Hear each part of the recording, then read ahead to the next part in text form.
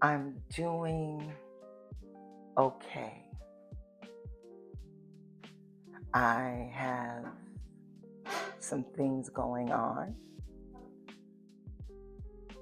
but I'm still able to show up. Got some anxiety. I'm a little nervous about this. We're just going to keep it real and laid back. Right. Okay. If today had a color, what would it be and why? I wish I had this memorized. I would say teal. It's for me a color of strength and softness and beauty, of confidence even in the storm. It would be teal. So what brought you into this season of your life? Ooh, that's a loaded question. How much time you got? We got time. Okay. Gonna ease into it. We're going to ease into this. What brought me into this season of my life? For me, this season of my life has been a birthing season. And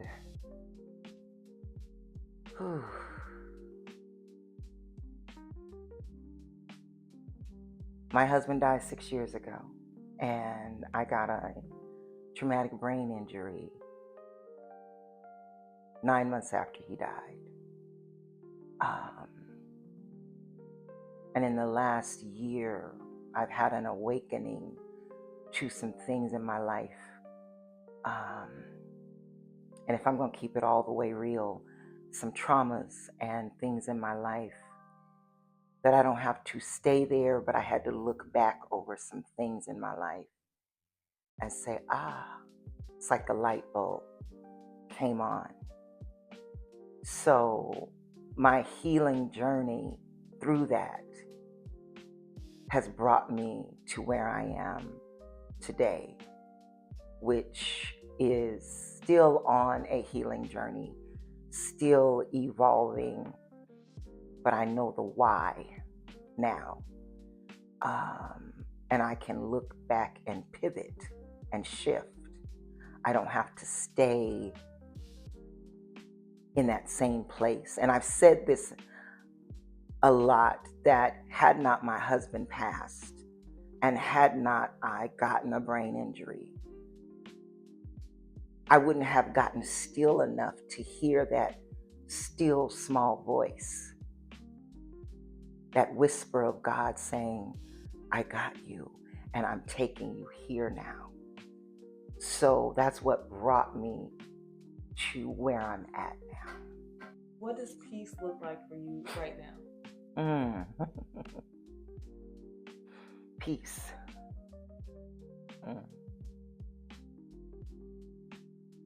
Right now, this right here is peace for me.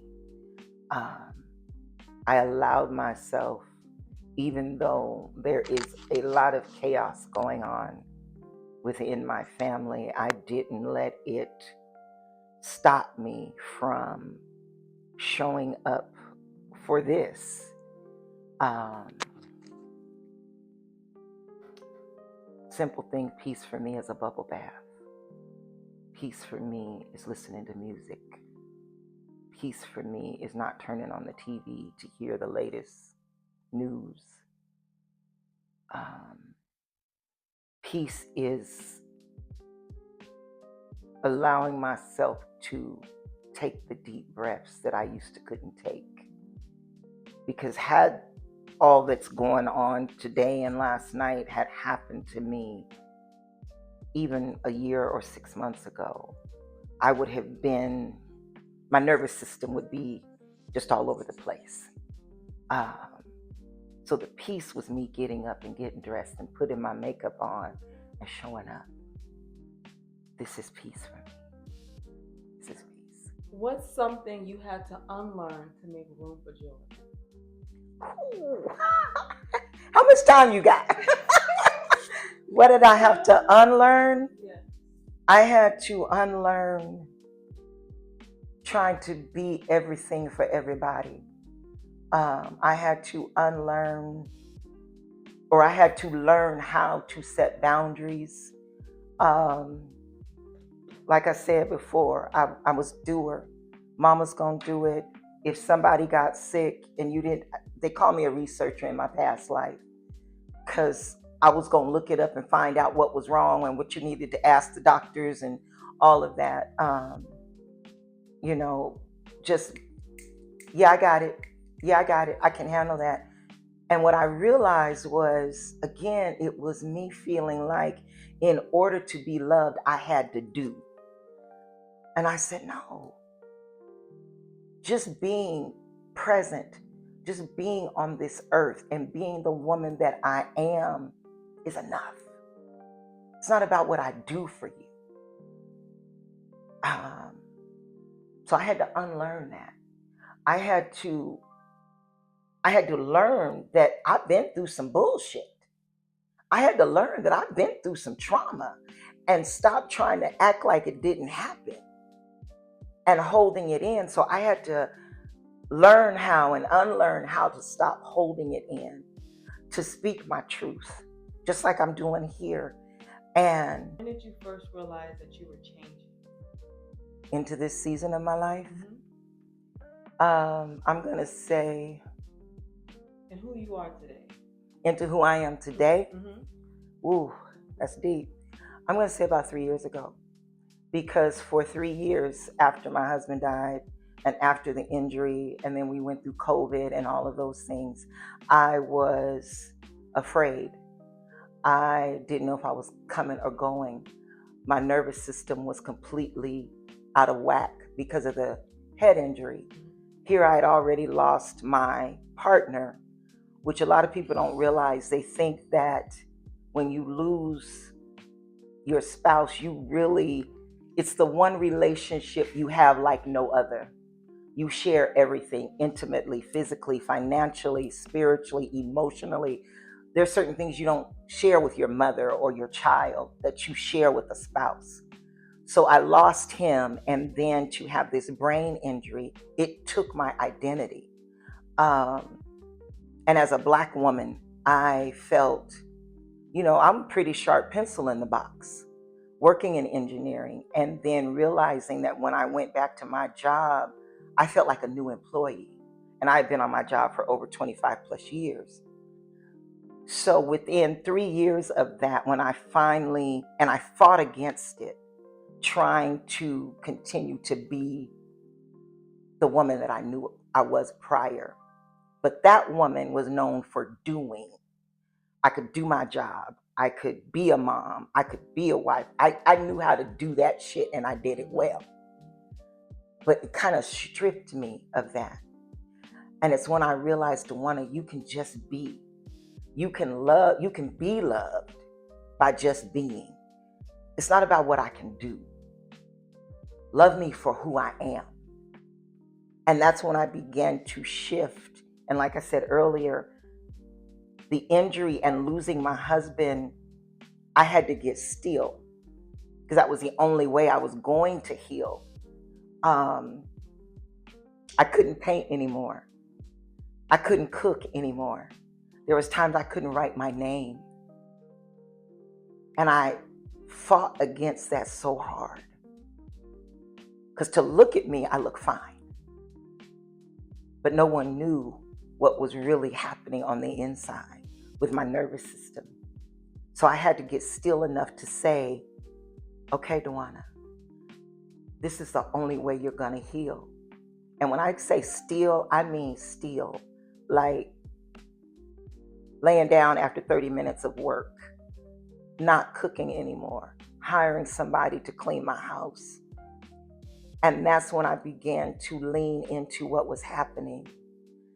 And like I said, it was a blessing. And again, had my husband not died, and had I not had this injury, I wouldn't be the woman I am today. I wouldn't be able to sit in and tell another sister, I just need you to breathe. Because I would have been still ripping and running and being mom and being wife and being all those things. So 3 years. And it's been gradual. And I'm still on this journey. There are times I still get frustrated. because I used to be able to do certain things that I can't do anymore. But now I realize that that's okay. And I'm more than enough. And actually, I'm better now for it. Like they say, it's a bright side somewhere. Getting to the other side. I'm on my way to the other side of it all. That doesn't mean it hasn't been painful, because it has. So that's when I realized. And that's what's bringing me here.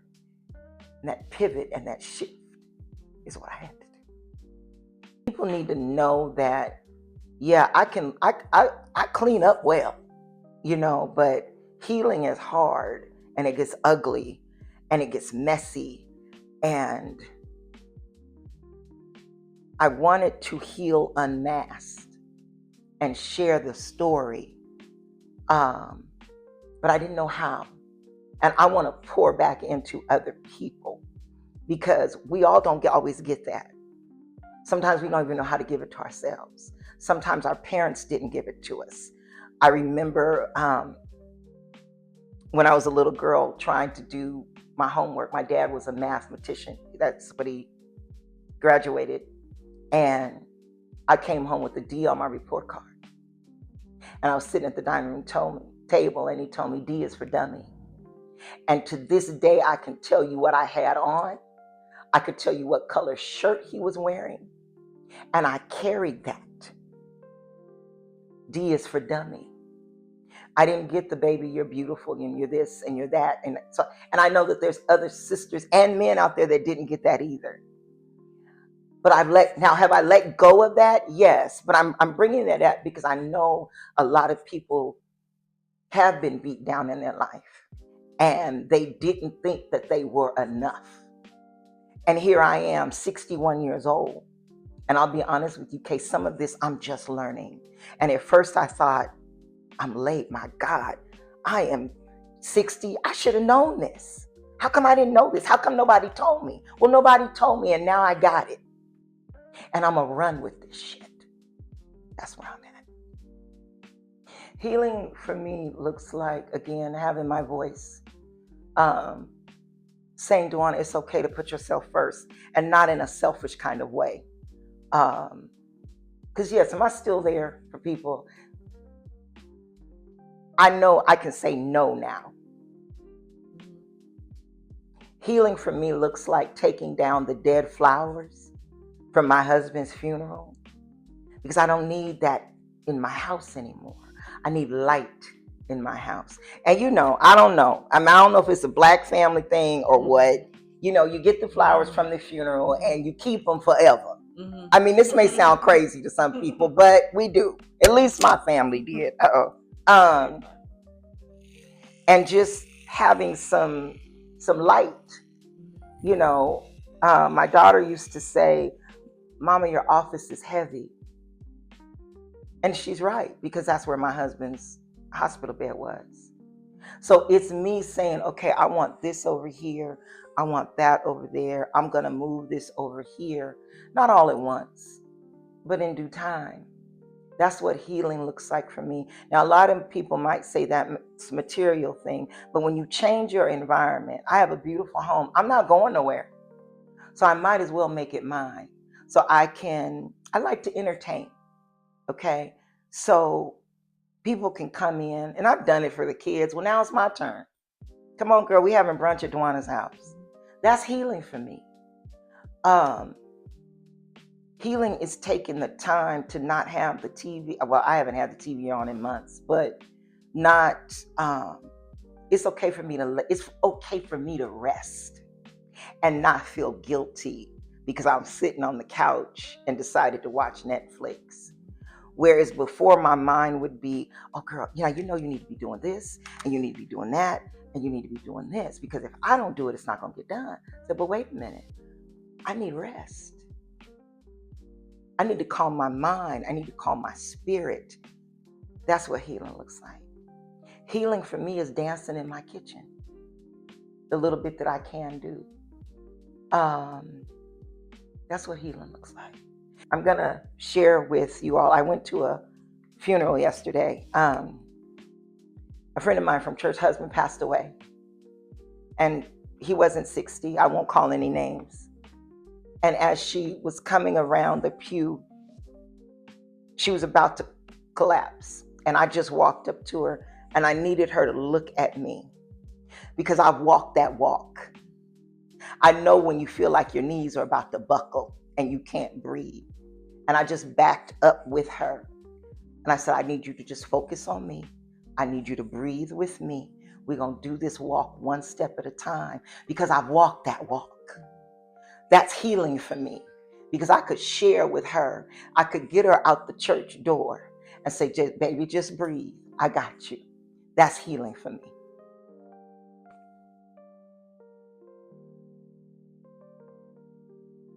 Because when you've walked a walk, and if I can go back and grab somebody and say, I got you.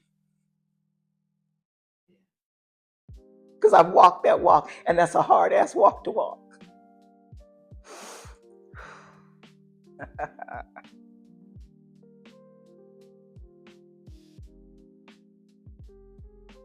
Pieces of my mosaic. And I'm going to tell you why. I thought my life was completely shattered. And not only with the loss of my husband, you know, I'm talking about just in general. Like I said, there's been some traumas, some things that, you know, when you realize it's like, oh, damn, you've been through some shit. And, you know, if you break a glass or a plate in the floor, it's like, okay, well, let me just sweep this up. I can't do nothing with this.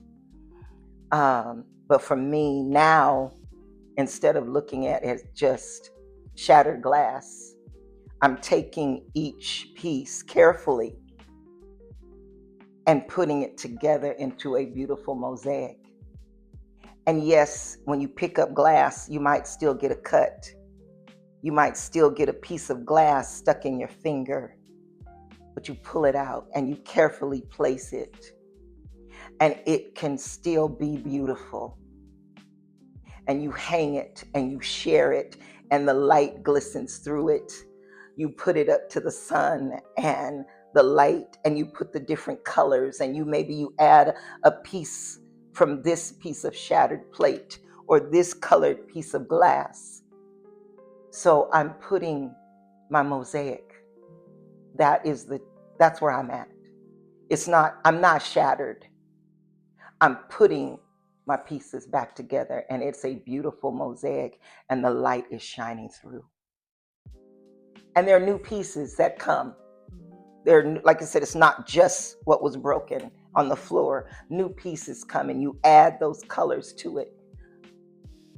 And it's just beautiful, and it keeps going and going and going.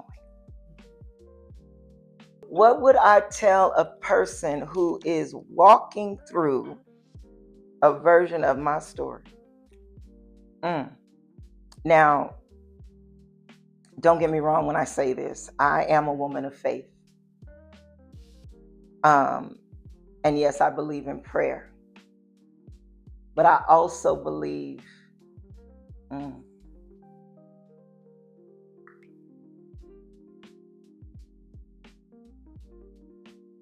oh, okay. There was a version of me at a time that thought, you're too blessed to be stressed. Prayer changes things. And don't get me wrong, it does. But within our community, sometimes, especially and this is no shade to anybody's religion or anything. This is Djuna's story. You know, there was a time where, you know, oh, you don't need to go to a therapist. You don't need to do this. Oh, girl, just pray about it. The Lord's gonna make it all right.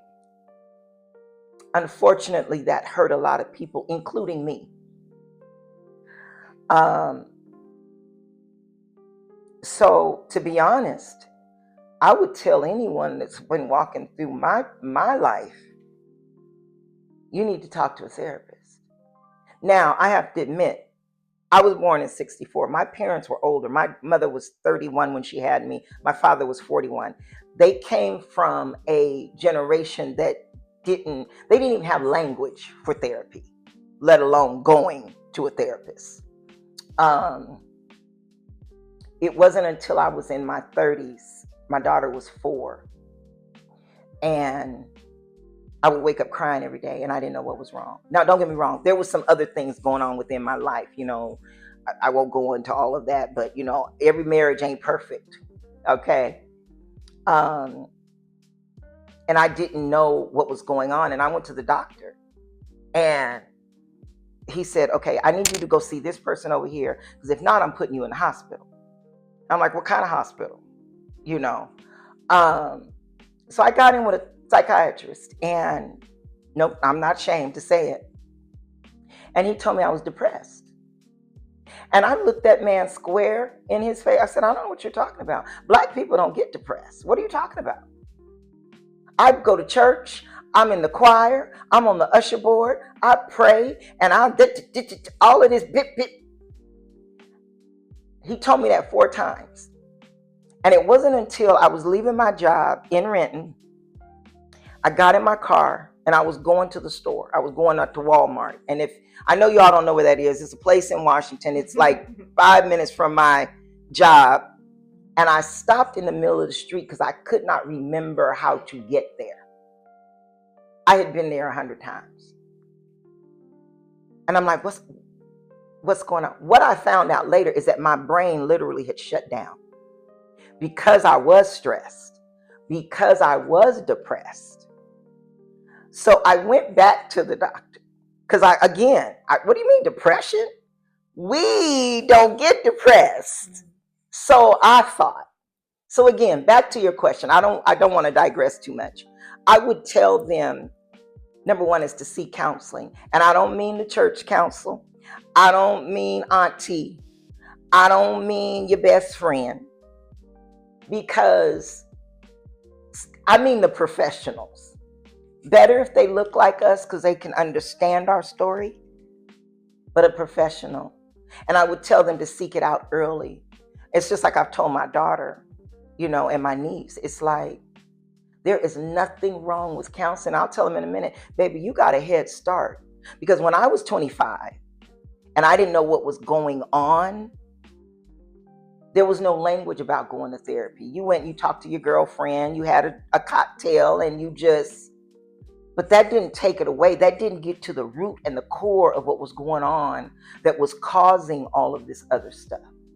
So that would be number one. I would tell a person to have a supportive circle. And what I mean by supportive circle is that circle they're going to support you, but they're going to pull your coattail too. In other words, I'm going to love you, but now if wrong is wrong, sis, let me pull your coattail real quick and okay, we need to back this up for a minute. I need you to really think about what you're doing here. You have to have some accountability because it's not always the other person.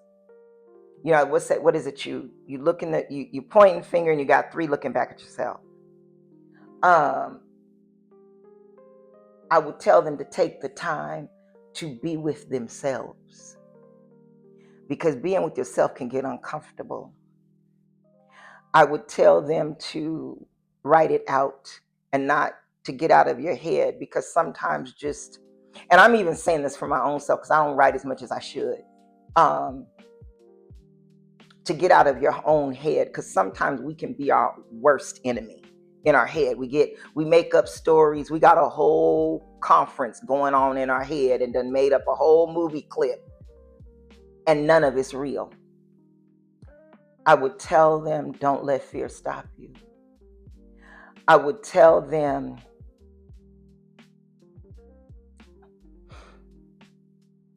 if you are in a marriage that is affecting your peace, seek counsel.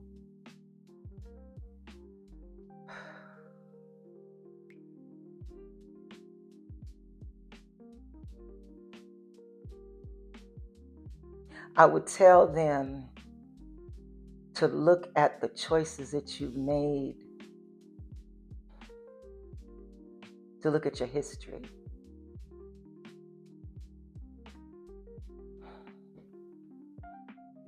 I would tell them that all abuse is not physical. And that can come from anybody. That can come from a parent, a friend, a spouse, a girlfriend, a boyfriend.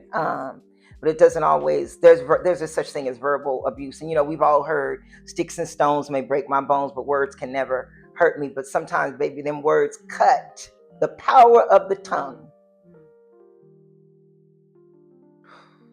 And once it's out, you can't take it back. And you don't realize just how deep that can cut somebody. I would tell them,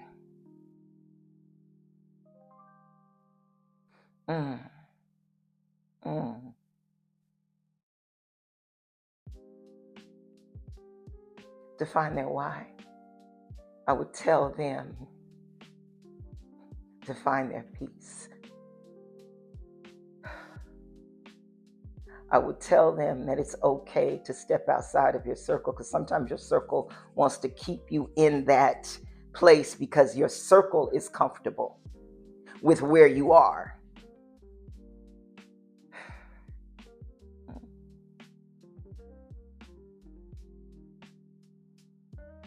I would tell them, peace be still in the midnight hour.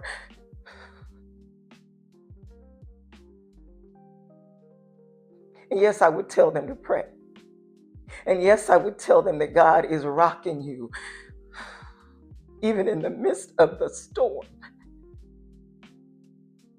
I would tell them to breathe. I would tell them a whole lot more, but how much time you got? And I would tell them it's okay.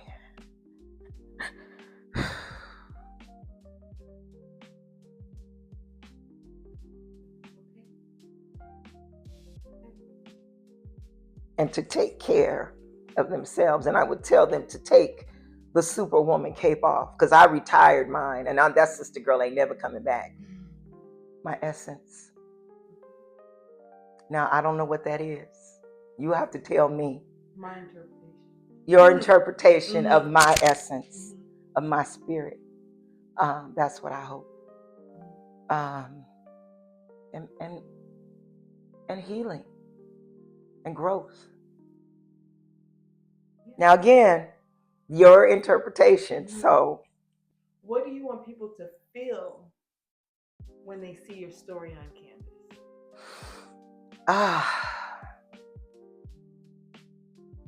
Light.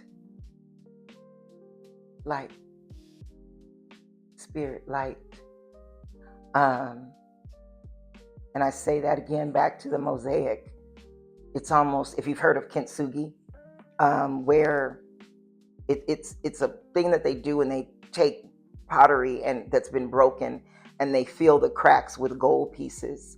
And it's like that light, even through the cracks, the light can still shine through.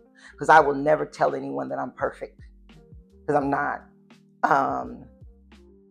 But again, those broken pieces are a mosaic that I'm putting together, piece by beautiful piece. And yes, I still bleed, I still cut, I still hurt, but I'm still putting those pieces together. So, light, my light.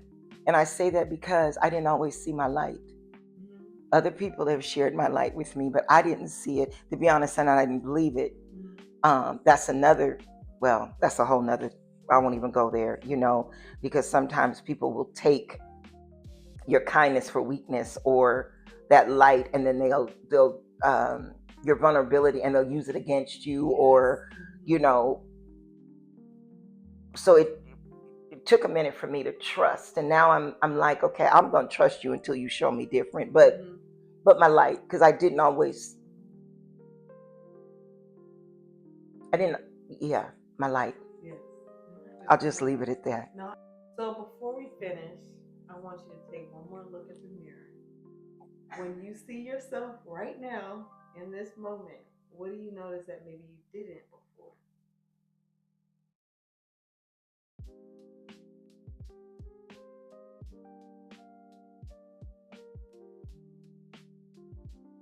What did I notice that I didn't before?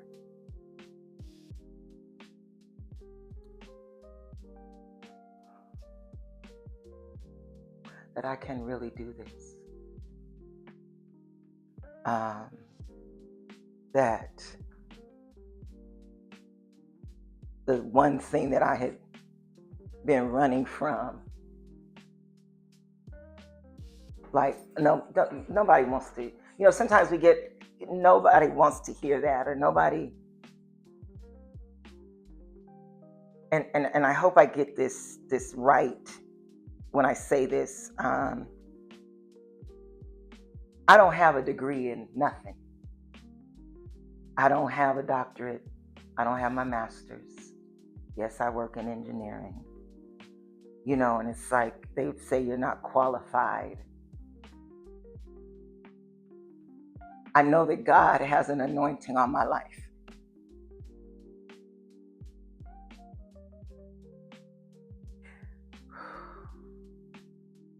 I had to go through the fire to get where I am.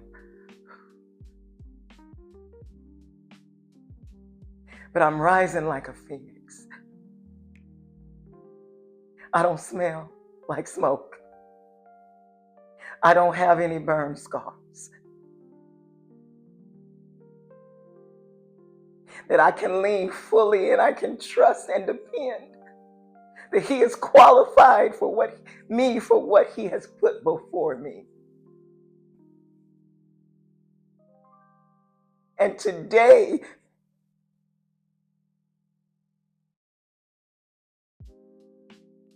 as I reflect back with the chaos that's going on and the life that I've lived, He's qualified me. He's walking before me. That I can do hard things. That I can just be. That I truly am enough.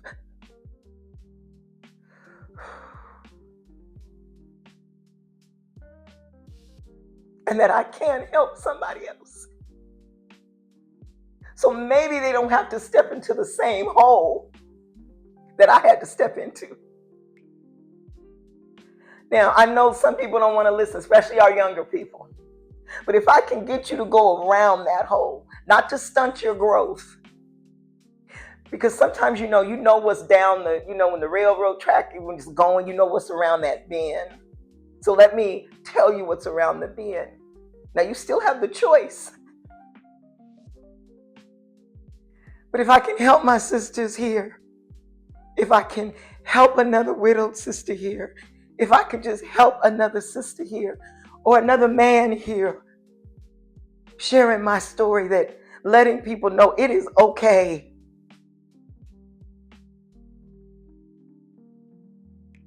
To share the ugly parts, that doesn't make you less than. We've all got a story. Everything ain't pretty. And I want to let people know that. All this that you see, but I have a heart to share with others, to share with you all. And I know that there are women on here that have gone through a whole lot of different things. And I say it like this. I used to think, a traumatic brain injury, I'm going to bring it back to that for a moment, if that's okay. I used to think that it was a person that had a stroke, a severe car accident, or something like that. So I didn't look the part of someone who had a traumatic brain injury. So people were like, okay, well, ain't nothing wrong with you. Okay. But they didn't realize. So I know that there are a lot of us, we could dress it up on the outside, but what's going on the inside? I want to tell my sisters, don't hold it. Because it can show up in cancer, it can show up in stress, it can show up in depression, it can show up in all these things. If you don't do it here, find you somebody to talk to. Find you a sister you can lean on. I hope that my story, yes, Nakia, we mask well, but I hope we can unmask, because that mask can get heavy and that mask can weigh you down. My mask weighed me down and I took it off. And I'm here and I'm sharing it with you. And no, it's not all doom and gloom. There's roses and there's glitz and glamour and diamonds. Trust me, I got all that too. But this is what healing unmasked looks like for me. This is what it looks like for me. And I hope everybody has someone that they can talk to. So I know now. This is my why. I'm my why. They're my why. This is my why. That's what I know for sure. Looking in that mirror, this is a beautiful Black woman who's been through hell and back. But God brought me through the storm. And I'm here to share it with you. Amen and ashe.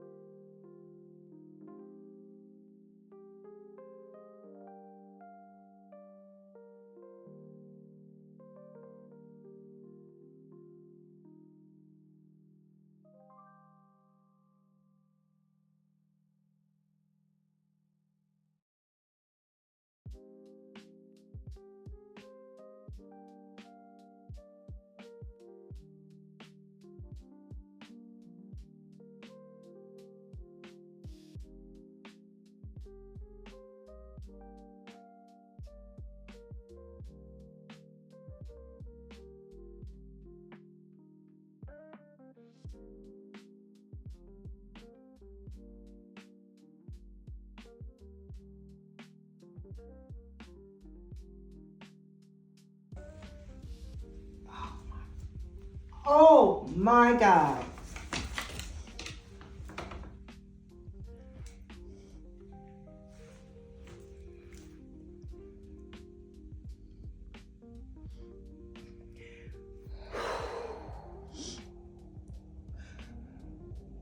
Okay. Oh, don't do that now. Don't do it.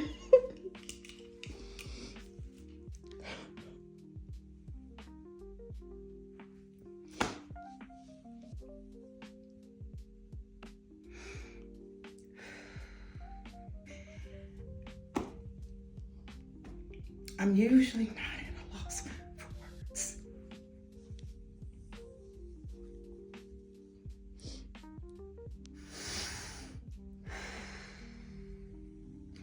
It is beautiful.